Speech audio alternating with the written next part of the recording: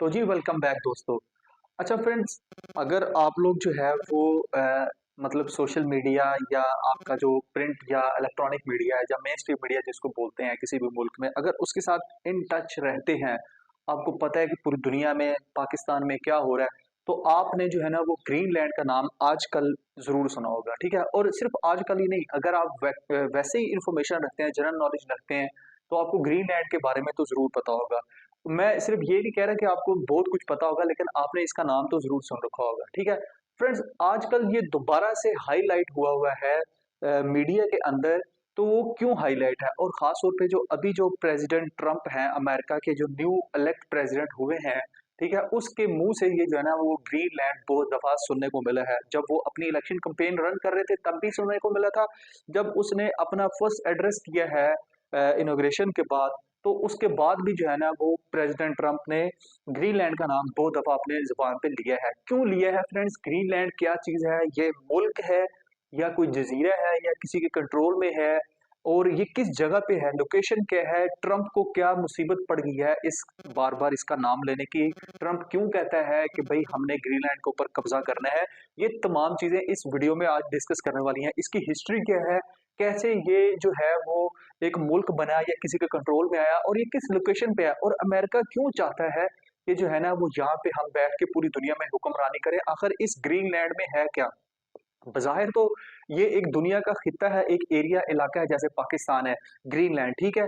नाम से नज़र आ रहा है, लेकिन अमेरिका की क्या इसमें इंटरेस्ट मौजूद हैं या पूरी दुनिया के इंटरेस्ट क्या हैं कि जो है ना वो ये चाहते हैं, हर बंदा, हर मुल्क ये चाहता है कि हम ग्रीनलैंड के ऊपर कब्ज़ा करें। क्या अभी जो थर्ड वॉर हो सकती है वो ग्रीनलैंड पे जो बड़े-बड़े मुल्क हैं उसके दरमियान में? तो ये आज हम डिस्कस करेंगे। फ्रेंड्स, सबसे पहले तो मैं आपको ये बताऊँ ग्रीनलैंड है क्या?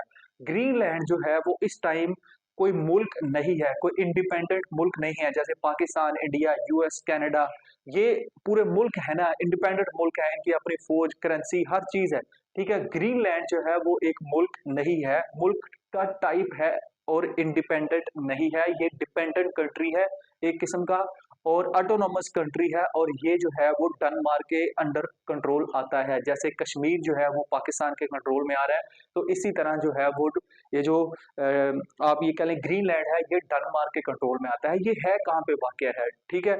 और इसका टोटल एरिया कितना है? टोटल एरिया सबसे पहले तो मैं आपको बताऊँ, ये जज़ीरा टाइप है, ये आइलैंड टाइप है। जज़ीरा आपको पता क्या होता है कि जो आप ये कह लें कि जो समंदर के रास्ते में जो खुशकी वाला एरिया आता है उसको जज़ीरा बोलते हैं आसान सी तारीफ में। तो ये एक किस्म का जज़ीरा टाइप है, और इसकी जो लोकेशन वाक़या है ना, वो बिल्कुल कनाडा के नॉर्थ में वाक़या है। कनाडा का बॉर्डर इसको तकरीबन लगता है नॉर्थ वाला साइड लगता है, ठीक है?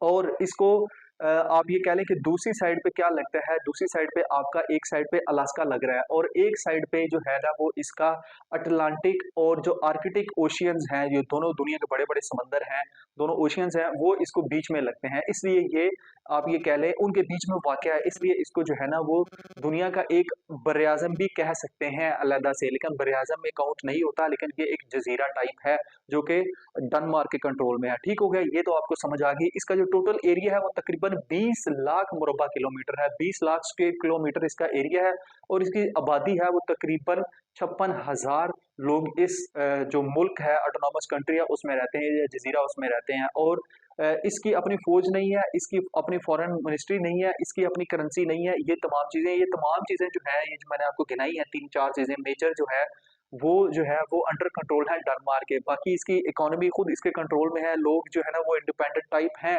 लेकिन अपने फैसले इतने नहीं कर सकते। वहां पे तहरीकें बहुत चलती हैं कि हमने आजाद होना है, लेकिन डेनमार्क के कंट्रोल में ये आता है। ठीक हो गया।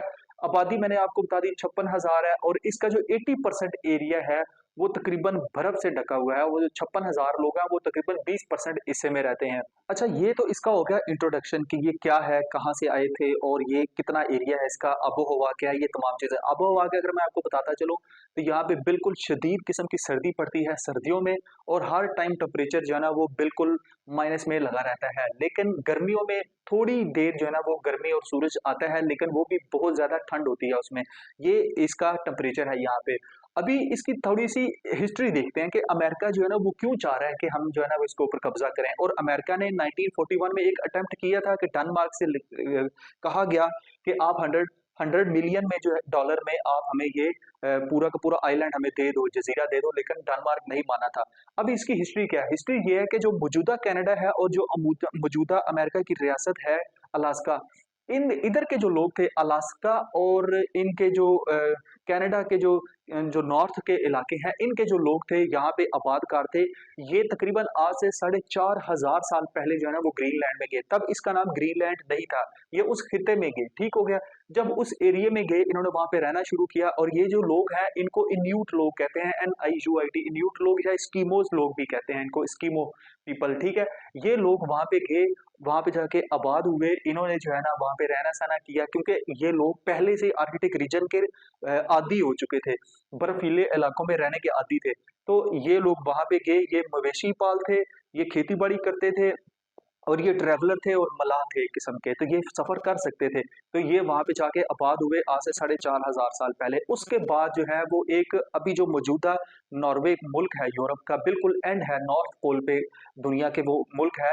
तो इसका एक बशिंदा था 1982 में, उसका नाम था एरिक दी रेड, ठीक है। ये एक किस्म का इसको जला वतन किया हुआ था। उसको उस टाइम किसी की सजा मिली थी उस मुल्क में इस बंदे को, ठीक है, 1982 BC में ना, 1982 सन में।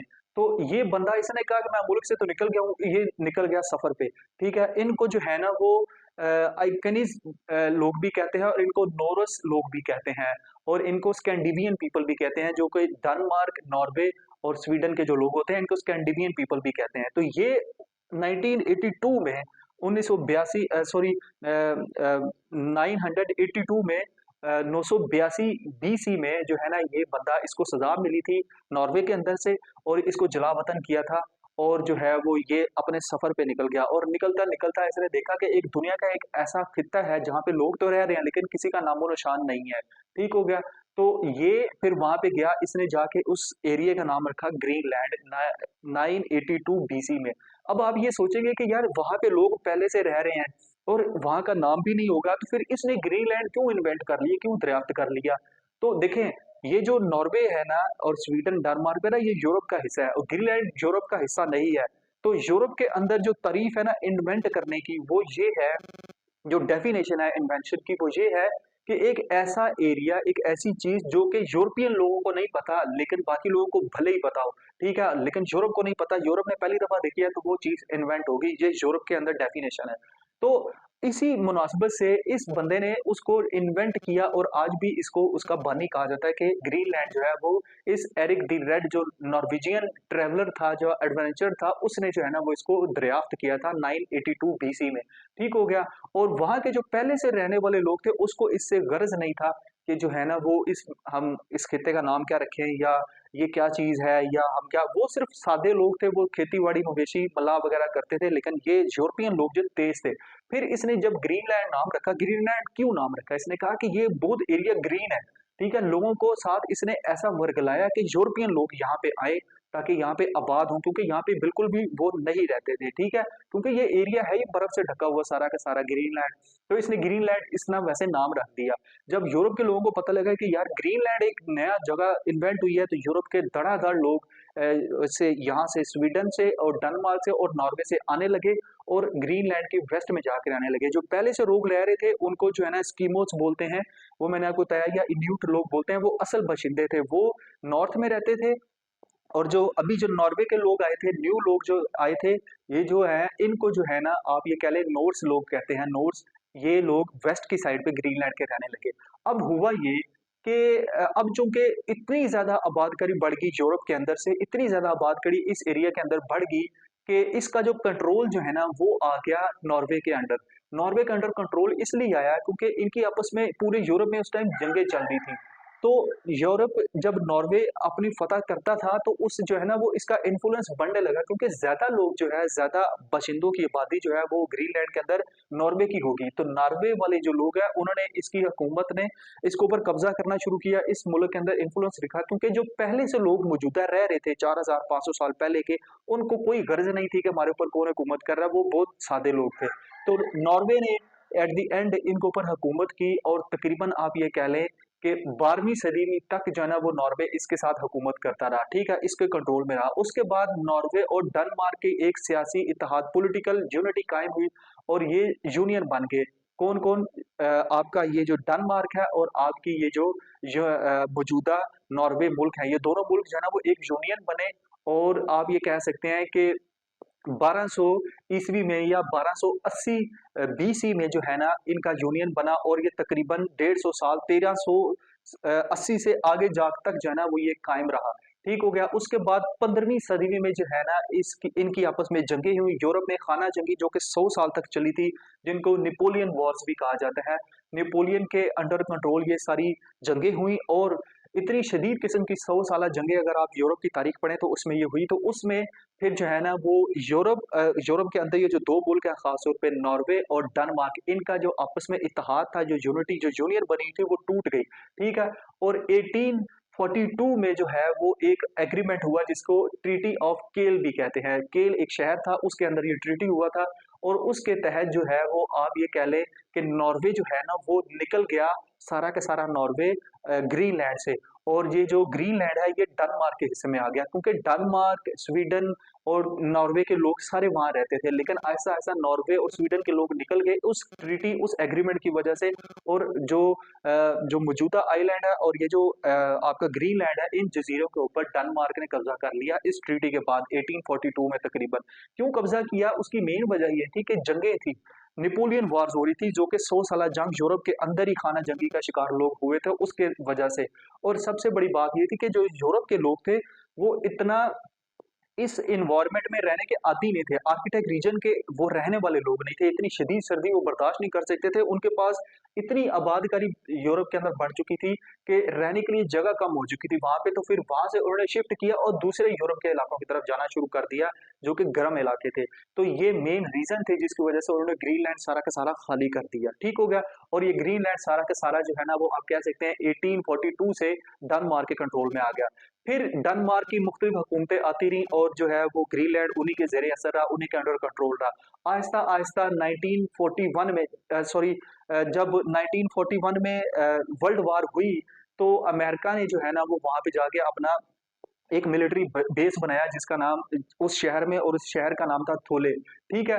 थोले एयर बेस आज भी आप गूगल पे सर्च करें तो वहां पे है, मौजूद है, और 1941 से बना हुआ है और फंक्शनल जो है वो 1952 से हुआ हुआ है। और ये अमेरिका ने डेनमार्क के साथ एक एग्रीमेंट किया, उसके बाद बनाया। ये क्यों बनाया? वर्ल्ड वार जब सेकंड हो रही थी तो जर्मनी जो है ना उसने डेनमार्क के ऊपर कब्जा कर लिया था, ठीक है। तो अमेरिका ने कहा कि ये जो नाजी फोर्सेज हैं, जर्मनी फोर्सेज हैं, ये आहिस्ता आहिस्ता ये तो हमारे मतलब घर तक पहुंच गई है ना, डेनमार्क पे पहुंच गई, क्योंकि तब अमेरिका यूएस वगैरह का इत्तेहाद, सॉरी, अमेरिका और ब्रिटिशर्स का इत्तेहाद था। तो अमेरिका ने अपना सबसे पहला फौजी अड्डा बनाया डेनमार्क का, ये जो ग्रीनलैंड एरिया है इसके अंदर, और आज भी ये मौजूद है। 1952 में इसको फंक्शनल किया था। फिर एक एग्रीमेंट के तहत जो है वो जर्मन फौजें जब बाहर निकली, जब यूनाइटेड नेशन बन गया, अक़वाम मुत्तहिदा बना, वर्ल्ड वार 2 के बाद एक पीस हुआ पूरी दुनिया के बीच में, और यूरोप ने अपनी अपनी, हर मुल्क ने अपनी अपनी सरहदें बनाना शुरू की। तो डेनमार्क ने दोबारा जो है ना वो कंट्रोल डेनमार्क का, सॉरी, ग्रीनलैंड का दोबारा से हासिल कर लिया, ठीक है। जर्मन फौजें वहां से निकल चुकी थी। तो उसके बाद जब मुआहदा हो गया, अमेरिका ने अपना बहरी बेड़ा भी और अपना फौजी अड्डा भी बना दिया, तब से लेके अभी तक जो है ना वो अ, ये जो डेनमार्क के कंट्रोल में ही है ग्रीनलैंड। उस टाइम अटेम्प्ट किया था एक, जब फौजी अड्डा बनाया यूएस ने, तो यूएस ने डेनमार्क को कहा था कि ये आप लोग जो है ना ग्रीनलैंड हमें $100 मिलियन में दो। लेकिन जो डेनमार्क है उसने एक्सेप्ट नहीं की थी इस ऑफर को, उसने कहा था कि हम इसको अपने कंट्रोल में रखेंगे। आहिस्ता आहिस्ता डेनमार्क की गवर्नमेंट जो है ना वो इनको इंडिपेंडेंट कर रही है ग्रीनलैंड को, क्योंकि वो कहती है कि डेनमार्क जो है ना वो अपना एक खुद मतलब इंडिपेंडेंट कंट्री है, और वो ऐसा नहीं हो सकता कि हम जो है ना वो दूसरों को अपने कंट्रोल में रखें। तो उन्होंने इकोनॉमी इनके कंट्रोल में दे दी, सिर्फ करेंसी, फॉरेन मिनिस्ट्री और फौज जो है वो डेनमार्क के कंट्रोल में है। ग्रीनलैंड की बाकी तमाम चीजें जो है ना वो 1979 में इनको थोड़ा सा और आजाद किया, 1953 में भी इनको आजादी दी, 2009 में भी जो है ना वो इन्होंने जो है ना वो डेनमार्क ने लेजिस्लेशन करके इसको ऑटोनोमस कंट्री का दर्जा एक किस्म का दे दिया। लेकिन जो ग्रीनलैंड है उसके अंदर अभी भी जो आपकी आज़ादी की जो फ्रीडम मूवमेंट्स हैं वो चलती रहती हैं, और वो ये कहते हैं कि हमने जो है ना वो आज़ाद होना है। ये तो पूरी की पूरी हिस्ट्री है, ठीक है। अब अमेरिका क्यों चाहता है कि हम जो है ना वो इस पे कब्जा करें? मेन चीज़ जो है ना समझने की वो चीज़ है। ये जो ग्रीनलैंड है, ये रिच कंट्री है या रिच एरिया है या रिच आइलैंड है, कहाँ का? जिसके अंदर मिनरल रिसोर्सेज बहुत ज़्यादा हैं, जिसके अंदर गैस, कोयला, हर चीज़ है, जो कि बर्फ़ की तहों के नीचे है, ठीक है? मतलब आप ये कह रहा हूँ कि 80% इसका जो एरिया है, वो सारा का सारा बर्फ से ढका हुआ है। तो उस बर्फ के नीचे रिच रिसोर्सेज हैं, मिनरल रिसोर्सेज बहुत ज्यादा है। और इसका जो मेन चीज है जो कि अमेरिका चाहता है कि वो एक तो रिसोर्सेज हासिल किए जाएं, और दूसरा मेन रीजन ये है वो ये कहता है कि इस जो आर्कटिक रीजन है इस पे बैठ के रिसर्च सेंटर कायम किए जाएं, कि वो के रिसर्च सेंटर वहां पे अमेरिका ने रशिया ने बनाए हुए हैं, ठीक है। लेकिन इसके अंदर जो है ना वो बहुत बड़े स्टेक होल्डर्स हैं। एक कनाडा स्टेक होल्डर है, एक अमेरिका स्टेक होल्डर है, और एक डेनमार्क है। चाइना का भी इंटरेस्ट इसमें है, और यहाँ तक कि चाइना जो है वो पहले चाइनीज कंपनी जो है वो जैसे जाते हैं और जहाँ पे उनको उतार देते हैं और वहाँ पे अपने रोड शोड बनाते हैं, तो चाइनीज कंपनियां वहाँ पे गई, वहाँ पे इन्होंने अपने प्रोजेक्ट लगाए कि हम जो है ना वहाँ पे नीचे से मिनरल रिसोर्सेज निकालते हैं। लेकिन क्योंकि वो डेनमार्क के कंट्रोल में आता है और यूएस का वहाँ पे इन्फ्लुएंस है, तो यूएस जो है और डेनमार्क इन्होंने चाइनीज कंपनी को रिफ्यूज किया, इसलिए चाइना उनको दूर पड़ता है। चाइना अभी उस तरफ फिलहाल नहीं है, लेकिन यूएस, उसके बाद रशिया और डेनमार्क और कनाडा, ये इनका इंटरेस्ट है वहां पे, और पूरी यूरोपीय यूनियन का एक किस्म का। तो कनाडा ये चाहता है कि जो ग्रीनलैंड है वो हमारे साथ लगता है नॉर्थ से, तो हम इसके ऊपर कंट्रोल रखें। और वो वैसे तो ओरिजिनल कंट्रोल डेनमार्क का है, और डेनमार्क जो है वो पूरे यूरोपीय यूनियन रीजन का हिस्सा है, इसलिए यूरोपीय यूनियन कभी भी नहीं चाहेगी कि जो है ना वो डेनमार्क को इंडिपेंडेंट कर दे। और यूएस कहता है कि हमने वहां पे बैठ के अपने रिसोर्सेज हासिल करने हैं, इसको खरीदना है हर कीमत पे, और जो है वो अपना रिसर्च सेंटर कायम करेंगे और दुनिया पे हुक्मरानी करेंगे उस जो दुनिया का जो आखिरी कोना है उसके ऊपर आर्कटिक रीजन में बैठ के। ये यूएस जो है ना ये कहता है। और अभी जो इलेक्शन कैंपेन हुई थी ट्रंप की, उसमें इसने ट्रंप ने बार बार इसका नाम लिया था, और इसी वजह से लिया था कि हम इसको खरीदेंगे और अमेरिका जो चाहता है वो करता है। ये तो अमेरिका के प्रेसिडेंट आपको पता है ये कहते हैं। तो अभी दोबारा इनॉग्रेशन में इसने यही कहा कि हम जो है ना वो इसके ऊपर कब्जा करेंगे या जो भी करेंगे, लेकिन हम जो है ना वो इसको खरीदेंगे और इसको अपना हिस्सा बनाएंगे, अंडर कंट्रोल इसको रखेंगे, और ये अमेरिका के मुफाद में है। ठीक हो गया। अब यूएन क्या कहता है? यूनाइटेड नेशन का चार्टर ये कहता है कि कोई भी मुल्क जो है वो किसी मुल्क के अंडर कंट्रोल हिस्से को कब्जा नहीं कर सकता। ये उसके यूनाइटेड नेशन के चार्टर में लिखा है। लेकिन अमेरिका के आगे तो कोई यूनाइटेड नेशन, कोई कुछ, कोई दुनिया का इदारा नहीं है। आप ये कह सकते हैं कि अमेरिका जो कहेगा उसका, जो ट्रंप जो प्रेसिडेंट है वो जो कहेगा वो तो होगा। लेकिन क्या अमेरिका डायरेक्ट इसको खरीद सकता है? तो मेरे ख्याल से इसका जवाब ना है फिलहाल, क्योंकि इसके लिए आपको दो चीजें देखनी है। अमेरिका जितनी मर्जी बड़ी ऑफर लगा दे, एक तो डेनमार्क की गवर्नमेंट को उसने राजी करना है, और दूसरा जो ग्रीनलैंड के जो लोग हैं उनको राजी करना है। ग्रीनलैंड में पहले से ही फ्रीडम मूवमेंट्स बहुत चलती हैं, वो कहते हैं हमें आजाद किया जाए और हम यूरोप का हिस्सा नहीं बनने चाहते। लेकिन डेनमार्क उनको आजाद नहीं करता। तो वो कैसे हो सकता है कि वो डेनमार्क से तो आजादी मांग रहे हैं ग्रीनलैंड वाले, लेकिन जो है ना वो ये कह दें कि हम जो है ना वो यूएस के कंट्रोल में चले जाएं? ऐसा नहीं हो सकता। ये तमाम की तमाम हिस्ट्री है, क्यों अमेरिका ये चाहता है, इसकी आबो हवा, इसकी मतलब क्या पूरा दौर था, इराक कहाँ से निकल के कहाँ से आया, ये तमाम चीजें इस ग्रीनलैंड की है। फ्रेंड्स, आप मुझे बताएं इसके बारे में क्या जानते हैं, आपको ये हिस्ट्री कैसी लगी? अपनी फीडबैक जो है ना वो अपने इस कमेंट सेक्शन में जरूर दिया करें, ताकि हमें इंस्पिरेशन मिले। तो इंशाल्लाह आपको किसी नेक्स्ट टॉपिक में मिलते हैं। अल्लाह हाफिज।